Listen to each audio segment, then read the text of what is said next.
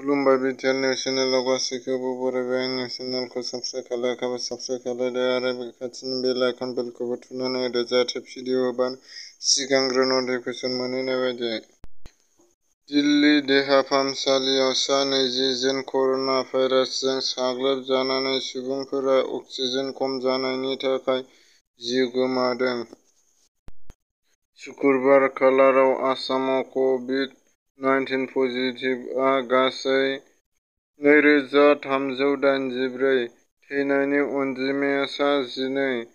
आसामाव Covid positive रेटआ 3.29 जौखोन्दो हाराव दं। कभिड-19 नि थाखाय त्रिपुरा सरकारा थाखो 3 निफ्राय थाखो 9 आरो थाखो 11 नि जोबथा आनजादखौ थिरांथा गैयै समसिम दोनथ'नाय जाबाय एबा माला जागोन बेखौ थि सम खाखानाय होआसै। बेनि थाखाय माला सम फैगोन बेखौ बुंनानै होनो हाथ'वाखै।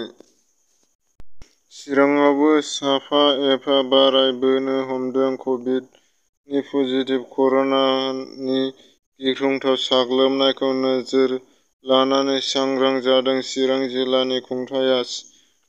जिल्ला खुंथाया साफ्रोमखौबो कभिड प्रट'कलखौ मानिना सोलिनो खावलायनायजों लोगोसे बिथोन होयो दि जिल्ला बैसागु आरो गिदिर मेला खुंनायखौ बन्द खालामनांगौ आरो बे बिथोनखौ मानियाब्ला सेक्सन 5160 अफ द डिपार्टमेन्ट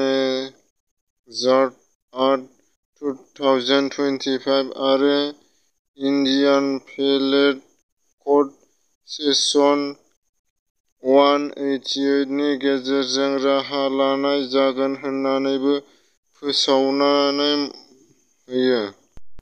अल आसाम ट्राइबेल स्टुडेन्टस इउनियननि गाहाय नेहाथारि देबकुमार फुकनजों माखासे बर'नि खौरांगिरिफोरा मारुति बसुमतारीजों मोगा-मोगि लायो। बे खौरांगिरिफोरनि सिगाङाव बिथाङा बुङो दि कर'ना भाइरासनि थाखाय माखासे गोनां जानाय बाथ्राफोरखौ बुंनानै होयो।